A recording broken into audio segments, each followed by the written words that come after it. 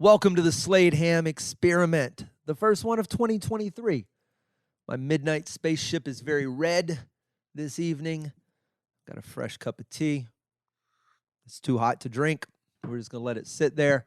Happy New Year to all of you, whatever it is you're getting into. I'm sure you've made some resolutions. I don't want to talk you out of your resolutions just because I'm not a resolution person. I'm certainly not a January 1st resolution person. I don't believe in those. But I do believe in making them throughout the year. So this episode, one of the things I want to do, instead of looking forward and making all these, this is what I'm going to do this year, I want to look back at some of the things I learned this past year that I want to take more of with me into this one. Okay? Not specific stuff I did, but lessons. And I think the biggest one that I picked up in all of 2022, this even bleeds back into 2021. But they say you are the sum of the 5 people you hang around. Some psychologist wrote that down in some book. He presented the theory. I don't remember who it was. But he's right. And I know this to be true because I can look back at different eras of my life and there's a direct correlation between the people I was hanging around and the quality of my life at the time. And this last year, I made some very concentrated efforts to add some very specific people to my core group. And I think that's where you got to look, right? Who are your 5 people? Who are the 5 people you hang around most? Where do they come from? It's family, friends, work folk. Those are the main categories. My family's cool. I don't see them all the time. I don't know how influential they are. One of my brothers I talk to a lot. But I don't know how influential they are in my day-to-day life. Which is good because, you don't have a lot of say in family. But friends and coworkers, that's where it gets tricky. People you like hanging out with, but perhaps the things you do no longer serve you. Maybe, I know for me, right? I used to drink a lot when I was I would be out on the road all the time. And even when I was not out on the road, we were just hanging out here in Houston, I would go out constantly, 6 nights a week. If you knew me here in Houston, you knew I had a series of bars that I would bounce around to. A place like Darwin's Theory and Davenport. There was a little bar called Leon's that was open for a little bit. My buddy Outlaw Dave's bar. All these places I used to hang out. I used to make my laps. Because you know everybody, you rarely end up paying for drinks, right? You buy a drink when you come in, and then someone walks up, here's a shot. Hey, man, come do a shot with us. We did a lot of that. And then you jump to the next spot, and then you jump to the next spot, and the last spot they knew you, so at 2 a.m. you didn't have to leave with everybody else. You were there until 3 or 4. And then tell me how you're supposed to get up in the morning the next day and do productive stuff and be a vital member of society and put water on your dreams. You can't do that when you're hammered every morning. So I made a conscious decision to pull that out of my daily life. Now, when you do that, a lot of the people you used to hang around when you did that are not going to understand. They're not going to get it. They're going to bristle a little bit. Well, you got to come out. Just come out this one night. Just come hang out this one. Just come on. Just come one night. And you can go hang out with your friends for the night. I'm not trying to tell you not to do that. But the pushback you're going to get from them when you start making healthy decisions about yourself is going to be immense. You're going to feel it. It's going to be physical. All of your decisions are going to come into question with these people. You'll tell them what you're going to do, and they'll tell you it's a stupid idea. Not because they think it's a stupid idea. Certainly not because it is a stupid idea, and not even because they're trying to be malicious and bring you down. But subconsciously, they know that if you go pursue these things, you're going to get further and further away from them and the lifestyle they can't get themselves out of So they're going to try and break you all kinds of down. And that sucks. That sucks. You got to lie to them. I didn't quit drinking. That's what I tell them all the time. No, I'm taking medicine. Just can't drink tonight. I didn't quit drinking. I just don't want to have a blasted night with you. Give me a glass of wine. Let me kick it. Let me have one whiskey. Let me have a good old-fashioned and enjoy myself while we got to drink the entire bottle via shot. What are we running from? So that was a big one for me. But this extends deep into your, especially if you're an artist, any kind of creative work at all is gonna draw some fire from people that you thought were on your side. And it's going to be because the things you were doing placated them at the time. And when you realize you didn't need to do those things anymore and those things weren't serving you anymore, there lies the rift. Now, how you deal with those people when you get them out of your life is totally up to you. That's a different story. But to pretend it's not going to happen is silly. Now, all of the better stuff that you gain makes up for it. If you're an artist, I can talk to comics, right? Let's talk stand-up comedy. There's a club up the street here. It's a good club. They run shows every night, multiple shows a night, a lot of stage time to be had. But every comic that goes in that room is drunk out of their brain or high out of their brain or doing everything but working on their act. And the couple of them that are, it shows. And if you find those couple, the ones who actually understand that stand-up comedy requires you to work, that this is a full-time job, not just the time you're on stage, open micers, name one thing you can get good at doing it 6 minutes a week. I swear by that. You can't. Stand-up is so much more than just the stage at the open mic. It's about the writing and the practice and the set and the show and the thing you're trying to build that's bigger than just the stupid setup punch you have in your head.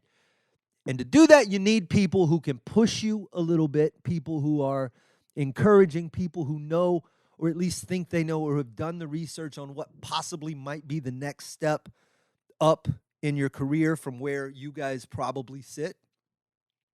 I think it's important to find peers who cover a spectrum, right? You need some guys who are on your level and who want the same thing you want and are willing to put in the same amount of effort you are. You also need some folks a little bit better than you, some folks who are already where you think you're headed.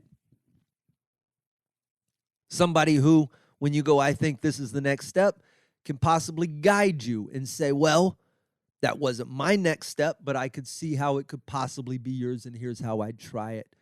I'll try to help. They could say, that's exactly what I did. It'll probably work for you. Or they could give you some, oh, that's terrible. That sucks. Don't do it, kid.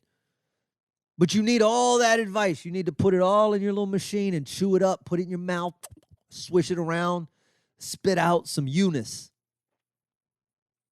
And then you need somebody below your level to teach, someone to pass some things along to, because that's how we solidify stuff in our heads sometimes. The more you show it to somebody, the more you start to understand it. Running through the motions yourself to demonstrate it to someone else allows it to become a little more concrete in your head. So for those reasons, you should look at shaking up the 5 people around you. Look at them right now. Look at the 5 people in your life. Look at their income. Look at their happiness. Look at their health. Happiness and health are probably the only 2 categories, but income tends to be one. It's a real easy measure and stick for us. So look at those 3 things. See where those people fall, and I bet you find they fall very similar to you. And if you want some different things, perhaps hanging out with some different people might do you a little good. That's that. What else did I learn this year, aside from changing your circle? I learned that if you jump, the net will magically appear. That's a good nugget to keep in the back of your brain and test. Because once you have some positive data, once you have some some proof that it works, it makes it much easier to jump off the next ledge. I don't know if you've ever been skydiving or paragliding, parasailing, probably. Gliding. Whichever one isn't tied to something where you just jump off the edge of the cliff. The first time is terrifying. The second time, you're a little more confident that chute's going to open. And then later on, you got 10,000 jumps or whatever those crazy people do. But you got to start somewhere. So I would encourage you to find something that you don't know. It's tricky how I phrase this. I don't want to say something you don't know how to do. I don't want to say something you can't do, because both of those are misnomers. But something that you currently think you could figure out but don't know how to do yet. And then do it. This year was one of the big projects for me this year. You've heard me talk about it, Andy Huggins comedy special, stand-up special. We did a 5-camera shoot at the Heights Theater here in Houston for septuagenarian stand-up comic Andy Huggins. Very good friend of mine, great comic who made it much easier on me than probably anybody else would have. But when he called me and asked me, he didn't ask me, I volunteered, and then we started talking. And when we got into it, I said, yeah, we can make your comedy special. And I've been on the making end of a couple of those, but never like helming one myself. So I said yes, knowing that it wasn't blind. It wasn't a, let's just figure it out. But it was kind of a, let's just figure it out. I knew all the parts, all the required parts. I've filmed a bunch of stuff. I understand stand-up comedy. I understand editing. I understand all of the elements. But to do it beginning to end and bring all of the people in, and there were so many things you had to find out along the way, learning fundraising programs and Kickstarter and how to put these things together and fulfillment of all of the rewards and making sure that all of the right people, all of these things that I don't think I knew officially at the beginning, I knew enough to know that I would learn along the way. And I guess that's my encouragement to you. Look at the stuff that you're already good at. Look at what you're currently doing.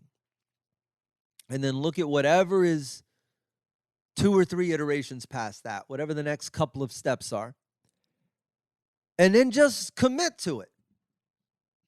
If you're a writer and you've been writing blog posts and your little novel's been bumping around in the back of your head and you haven't quite gotten it out and you haven't quite made the time because there's so many things to, you can't just write a book. You got to outline it, and then you got to develop the characters, and then you got to sew up all those loose plot points and make sure these things are tied up. And if you finish that, then you got to work out proofing, right? You need a copy editor and a proofreader, and then you got to find someone to design a cover and do the artwork, and you got to get people to write the blurbs, and then you got to figure out how you're going to publish that in the first place. There's query letters. There's all this stuff before a book goes from this thing up here to being a book.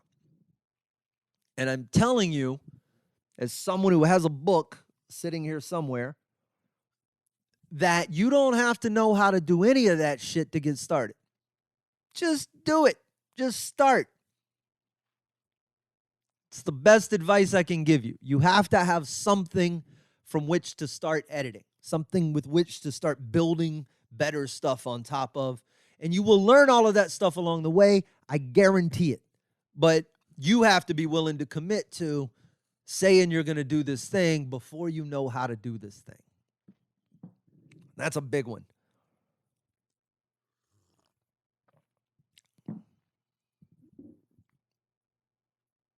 Adjacent to that is I just wrote my newsletter was about this. That's why it's fresh in my head.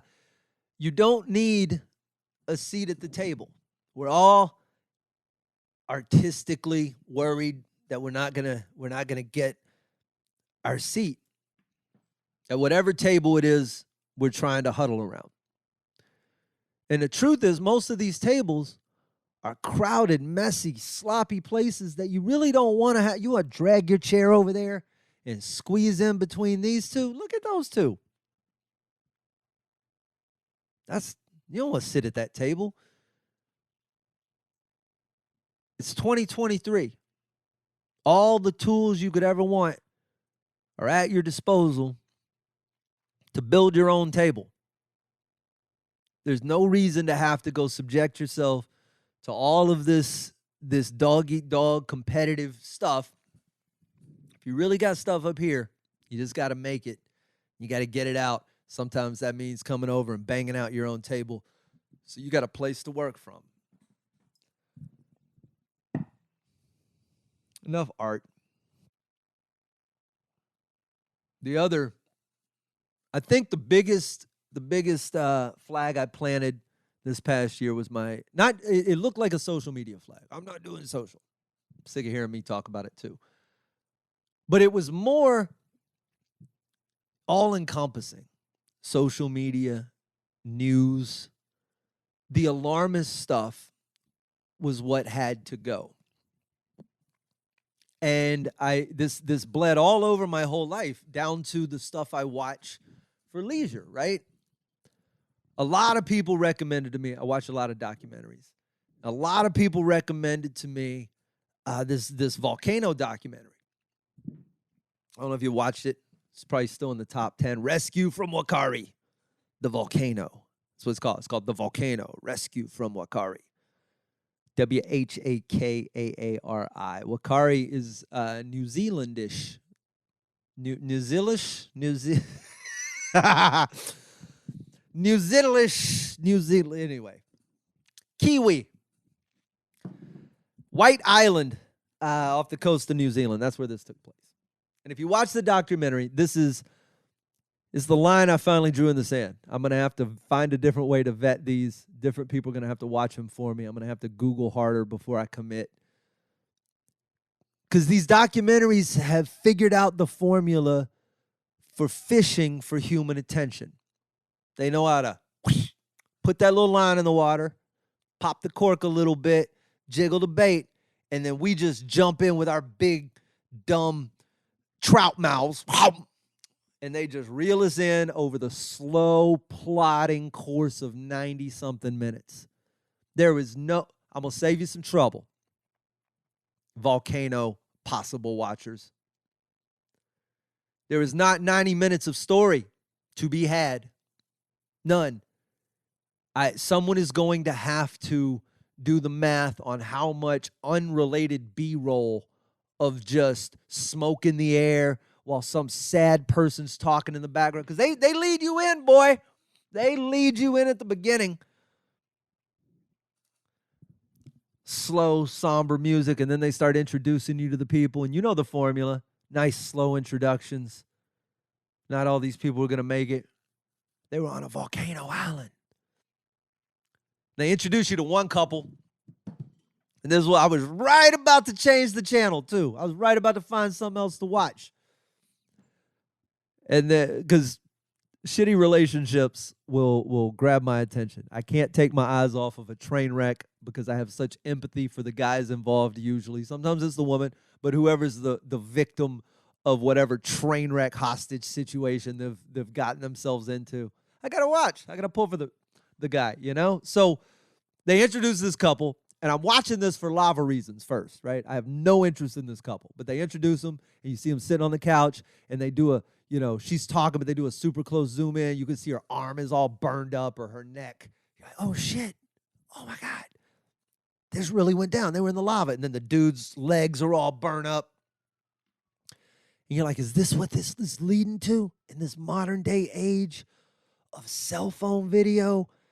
Am I about to see people burned up like Darth Vader on Mustafa? Like, am I about to just see, we about to watch somebody's legs burn off in real time and they're just going to show this to me? I can't watch this. I have to watch this.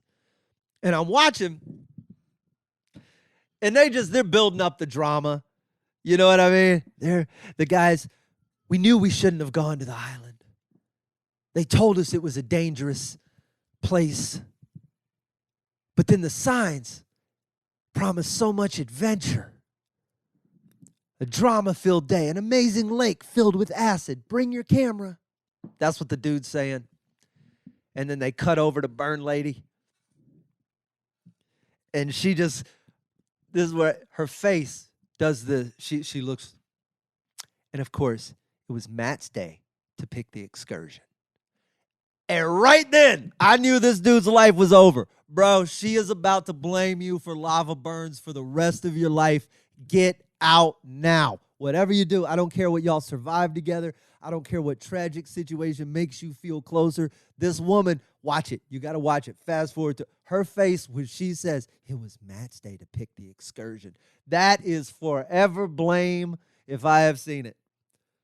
And Matt, poor Matt, she just gives him that cold, unloving tap. It was Matt's day to pick the excursion. You know that's how she touches him on his birthday. And this poor dude, it was my worst nightmare. Her dying before me. Oh, swoon. I feel you, bro. You got to say that. The truth is, it is a fear. If she dies before you, you know this blaming, scapegoating, miserable woman is going to come back and haunt you, Matt. Run for your life. It was Matt's day to pick the excursion. Get out, Matt. Run, Matt. Tell her you're going to check. Tell her you forgot something in the car and just skedaddle on down that New Zealand road, Matt. Don't watch that stupid show. It's all, there's no footage of anything. None. A little photograph of a busted up helicopter, smoke coming out of a volcano. You can Google that. You could do a third grade science fair project and see more volcano than the volcano they showed you in a movie called The Volcano. I'm not doing that anymore.